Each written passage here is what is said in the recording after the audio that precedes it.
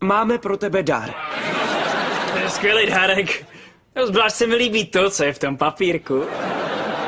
Můžou to zkazit jenom Rusové, kdyby použili paprsek smrti, který je namířený na Bílej dům. Ne, vážně. Četl jsem o tom v časáku. Kelso, to byl Flash. A Flash je přece komiks. Já komiksy miluju. Tak rád bych myslel v bublinách. Vidíte něco? Rusové nemají paprsek smrti. Mají paprsek blbosti a ten míří na tebe. Ne, mají paprsek smrti a já vám to dokážu.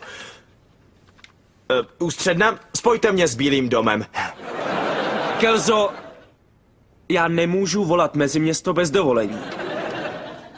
Jsem v pořadí a hrajou tu písničku o prezidentovi. Sláva šéfovi.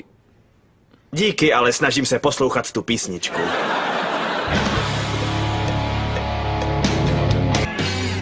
Kelso, když se Bílýho domu zeptáš, jestli nemají Rusové paprsek smrti, bude to jako přiznání.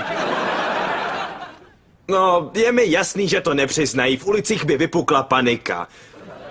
Já je musím nějak přelstít. Tomu se u nás u policie říká obelstit je. Jsem tam. Halo, Bílý dům? Jo, měl bych několik otázek. Tak jak dobře je pan prezident chráněný? No, protože někdo chce prezidentovi ublížit, proto. Jasně, že je to výhruška, je to strašný ohrožení prezidentova života. Co? Kde teď zrovna jsem? V domě Erika Formana v Point Place ve Wisconsin. Ty blbče, řekl jsi jim, kde jsme? No a? Kelso, vyhrožoval jsi prezidentovi. Teď nás přijdou zatknout. Ne, já mu nevyhrožuju, to Rusáci, co mají paprsek smrti. O paprsku si neřek ani slovo. Aha, přiznáváš, že ten paprsek mají. Venku je černý Ford, Hyde měl pravdu. To jsou federálové. Teď sice víš, jak se používá telefon, ale půjdeme sedět. Přeháníte. Proč by vláda parkovala auto přímo před naším domem? Formane, všechno, co myslíš, že vláda nedělá, tak to dělá. Jenom by nikdy nepřistáli na Měsíci. Ne. Spielberg to úplně celý natočil v Hollywoodu. A potom natočil Čelisti. Kluci, jestli je to auto federálů, měli bychom se zbavit důkazů. No jo. Parádní práce zbavovat se důkazů. Měl bys to brát vážně, Eriku. Máme hodně důkazů, víc než jsme měli na ten koncert Pink Floyd. Jo, je toho fůra. A bez těch přístrojů na kouře a laserů je to spíš jako trest. Nemyslel bych, že to řeknu, ale kéž by na to bylo víc lidí. Třetí kruh a vůbec mě to neuklidnilo. Mám větší podezření než dřív. Nechci jít zpátky do mé země, bude to ostuda a ukamenují mě. A budou na mě házet kameny. Nechte toho a uklidněte se, jasný? Uklidněte se! Všichni přicházíte o rozum! Kdo to řve? Všichni musíme zachovat klid. Někdo ťuká, všichni umřeme! V pohodě, vím, co dělat. Takže, Eriku, ty otevři dveře a my vystřelíme zadem. Cože? Jo, sice půjdeš do vězení, ale já tě dostanu ven. Oddělení má kontakty na FBI, převeleli k nim našeho psa, takže...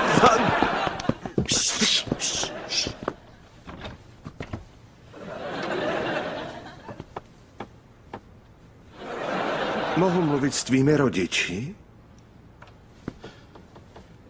To není třeba. Půjdu dobrovolně. Přivezl jsem vysavač, objednávka paní Forman. Dobře. To já jsem volal. A jenom jsem vám říkal, dejte pozor na paprsek smrti. Jo, to udělám. Mimochodem všichni cítí, co tu děláte. Bože, viděli jste to sluchátko? Určitě bylo od FBI. Kruci, proč by měl jinak na uchu to sluchátko? Jen klid, já ten harmonogram doženu. O tomhle jsem čet? Ten chlap to byl zvěd. Ten nasazuje štěnice. Jaké štěnice? Mám jí na sobě, mám jí na sobě? Ne štěnice jako štěnice, ale jako mikrofon. Pane bože. Byli jsme infiltrováni.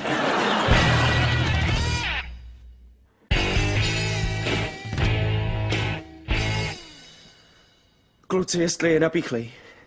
FBI může poslouchat, co říkáme. Nejdůležitější je držet při sobě. Máš naprostou pravdu, Fezi. Jeden za všechny, všichni za jednoho. Hledáte Michaela Kelsa? Co blbneš? Dost! Ne, nenechám toho, všechno je to tvoje chyba. Volal jsi do Bílého domu. Je chyba? Moje? To je Hydeova chyba, protože dostal kopačky od Jackie, museli jsme k němu být milí. Ne, nechte toho být. To, že nechal Jackie odejít, je velká chyba. Vždyť jsme o tom mluvili předtím, za jeho zády. Sklapni, Fezi. Kdybych chtěl tvou radu, kopnu tě. Tak v tom případě moje rada je, prosím, nekopej mě. Možná na to má FBI taky názor, protože nás poslouchají. V is a v a č.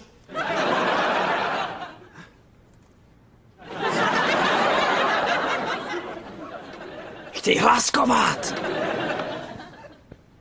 Cože, vysavač se píše s tvrdým i?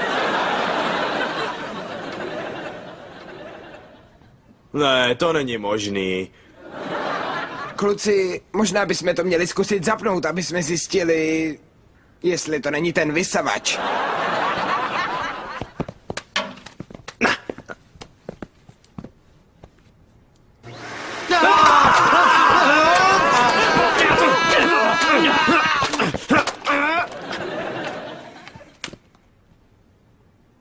Hoši, mám dotaz. Jestli byl opravdu napíchlej, nestačilo ho nechat venku? Kelso je jediný, co je schopný logicky myslet. Pánové, děláme strašně moc chyb. Sedneme si a vyřešíme to. Už mi to připadá jako práce. Federálové zničili kruh. Kruh je na nic. A přesně tak to je. Hele, tenhle kruh je to jediný, co nás drží při smyslech. Kdyby nebylo kruhu, nevěděli bychom, že nás federálové obklíčili, napíchli nás a že nás teď sledujou. Takže ještě, že ten kruh máme. Jenom bych chtěl, abyste věděli, že jsem připravený.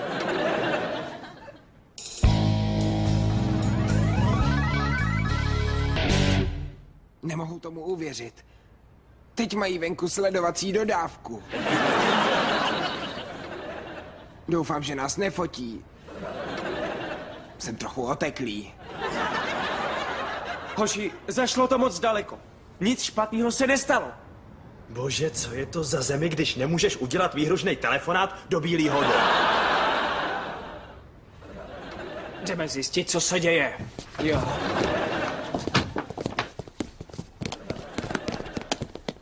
No. Ale víš, že není pravej? Jasně. Takže tomu ani trochu nevěříš. Ne. Nesklam mě, zlato.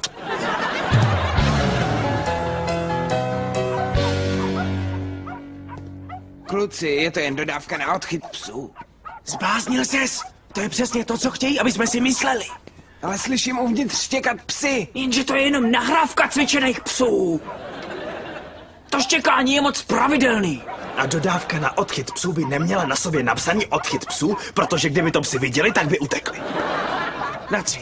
1, 2, 3. Tak pojďte mi! Ukažte se! Já tomu nerozumím. Nevím, jestli za to může ten vzduch, ale začínám si myslet, že to byla jenom představa. No jo, kluci. A já si myslím, že se asi moc koukáme na filmy. Jo. Bacha, vole, teď jsem tě málem rozpůlil. Je mi tak fajn. Je to lepší, než zůstat celý den doma a brečet. Byla jsi tak strašně drsná. Jasně, já se ničeho nebojím.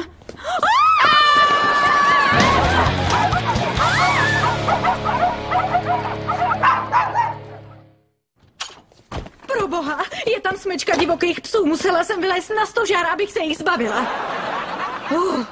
To jsem byla já. Psi, jo? Co jste zas provedli? Já nic, mi Kelso volal do Bílého domu a pak přijeli federálové, ale... Byl to vysavač. Hele, vzpamatujte se, kde máte trávu? To je všechno pryč.